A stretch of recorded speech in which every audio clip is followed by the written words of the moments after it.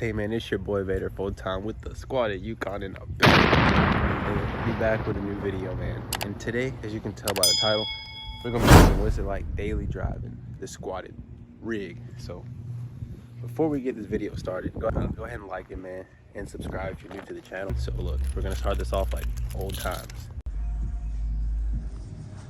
In the Vit.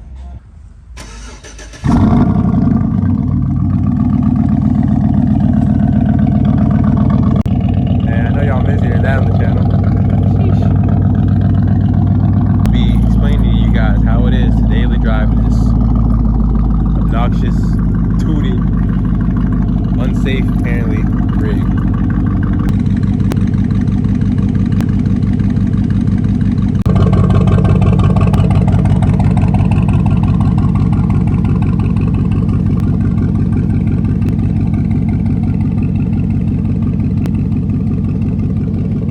Alright, so boom, while we got it running, let me explain to you guys what I got done to the whole truck, man. So we're gonna start from the front to the back. Let's do it. I got the chrome Denali grill, chrome lower Denali grill, color matched my emblem. Then I did these headlights by myself. These are you know, custom headlights. I took the amber out of here, LED headlights and fog lights. Now coming here, we got the max track set at 7.5 inches. As you can see, I added the oh yeah. And then we got the Cadillac roof racks. Same wheel light setup back here. You know, exhaust setup is 2¼ inch catback straights to 6-inch rolled edge. You know the deal on that. And then we did have to throw in those caddy tail lights. Now that's all for the outside. So look, like you guys saw in the intro, you guys remember I did this hardwood floor. We got this custom made. Got our amp there, 1000-watt crunch amp, 2-channel amp.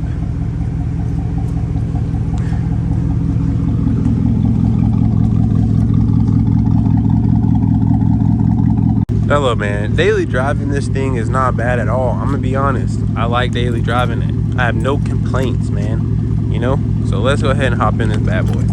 So obviously, with your 7.5 inches of lift, you got to give yourself a little leap inside, you know what I'm saying? So boom, we in the cockpit. Got the AC on full blast because it is fairly warm. But nah, let's do this. All right, boom. So here we are, man. So I say I have no complaints, like I said, about daily driving this. Look, I'm gonna show you guys the POV once we get going down the road and you know, other cars and whatnot. And it's not as bad as people think it is, man. Like literally, it's not bad at all. So boom, backing out can be sketchy, you know, at nighttime with dark tint. You're gonna have to roll these boys down because you're not gonna be able to see out the rear view or these at nighttime. So I always just keep them down though. I like riding with the windows down. Just depends where we at. So yeah. So look, this is just to prove how normal a squatted truck is, man. Let me explain to you guys. So look, this is eye level right here, driving down the road. I have no complaints at all. I don't have to like break my neck to see. But yeah, the main purpose of today's video is to show you guys that daily driving a squatted truck is to show you what it's like, basically. To show you what daily driving a squatted truck is like. And to show you that it can be done, you know? There we go. But yeah, man, we're sliding down the, get something to eat, and no problems. Look at this, squat rig staying in the road. I don't understand what the problem is and why squat gets so much. So boom. One thing though about daily driving this thing is you do get a lot of broken necks. I can't even cap about that one. me. That's all I got to say.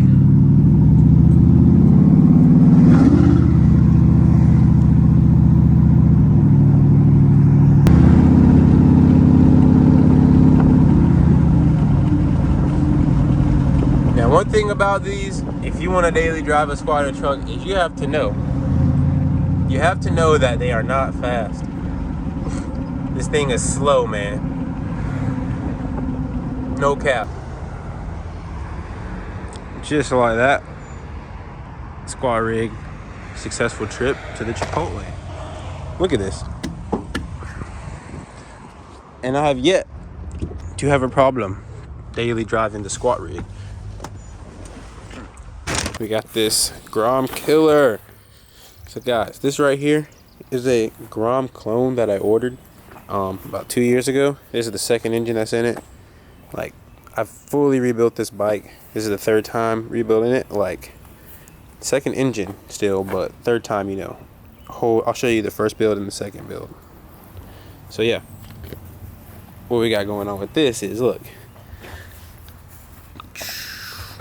went ahead and installed the billet lowering link, the billet stretch kit, 6.5 inch stretch kit, 4.5 inch lowering link.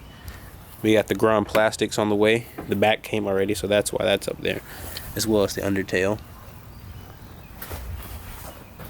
And then went ahead and got this new pipe for her as well. Check that out. Now, yeah, this wiring's everywhere, just temporarily. I just brought it out for the video. Here, I'll go ahead and start it up.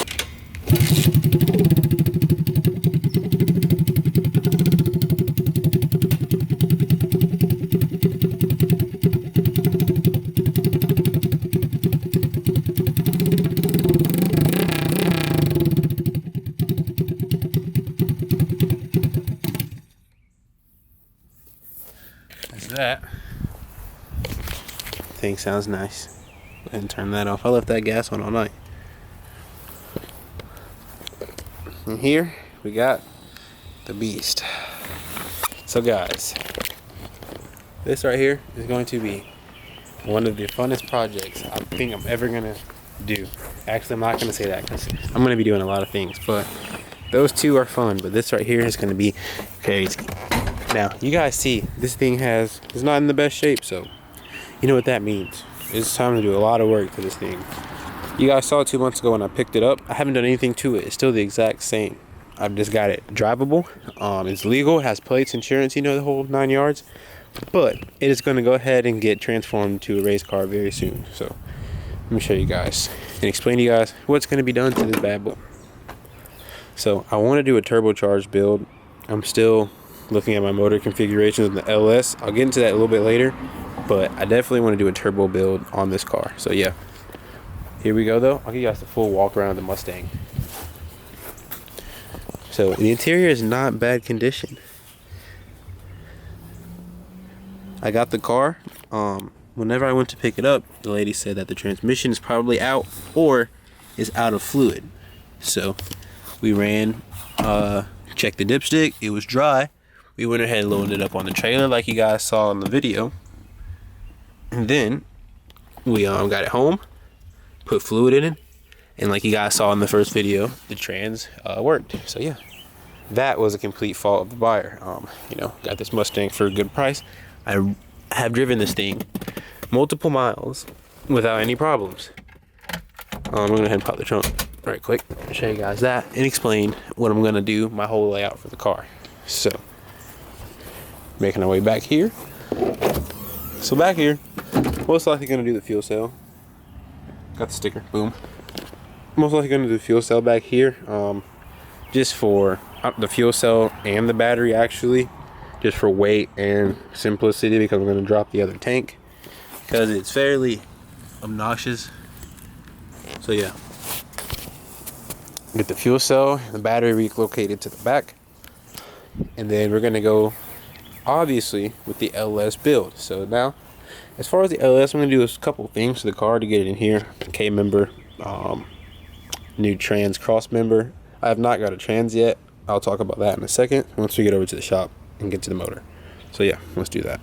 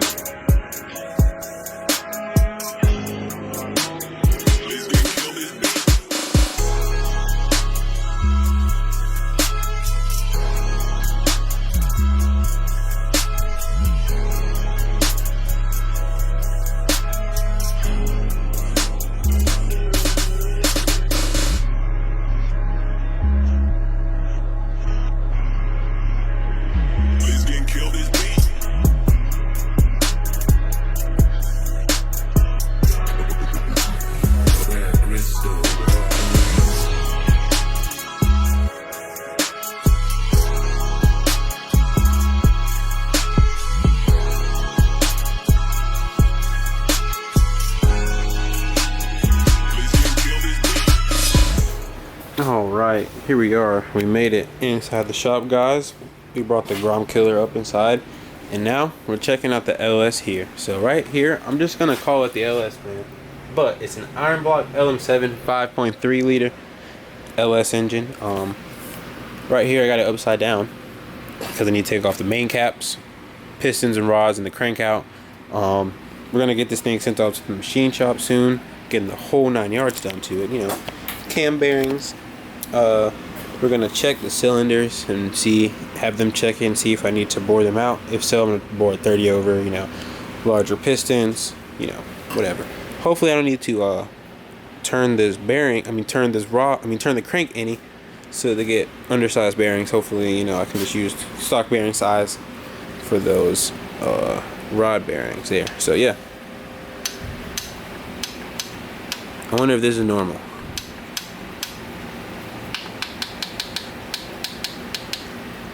Maybe. But what we're gonna do right now is flip it out, show you guys the cylinder, see what's up with that.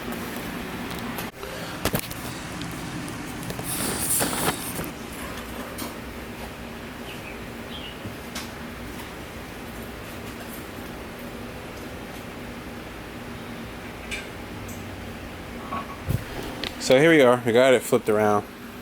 We got the lift plate up there. What I'm planning to do is just go ahead and take it to the machine shop, have them, you know, hone the cylinder walls, that's it. Clean up everything, clean up the entire block. We're gonna throw all brand new parts in it. We're gonna throw a turbo cam in here. Just keep all the stock bottom end parts. We're gonna throw, you know, supporting mods for the cam onto my heads, such as the springs, you know, supporting rods for the cam. LS7 lifters are going in this bad boy.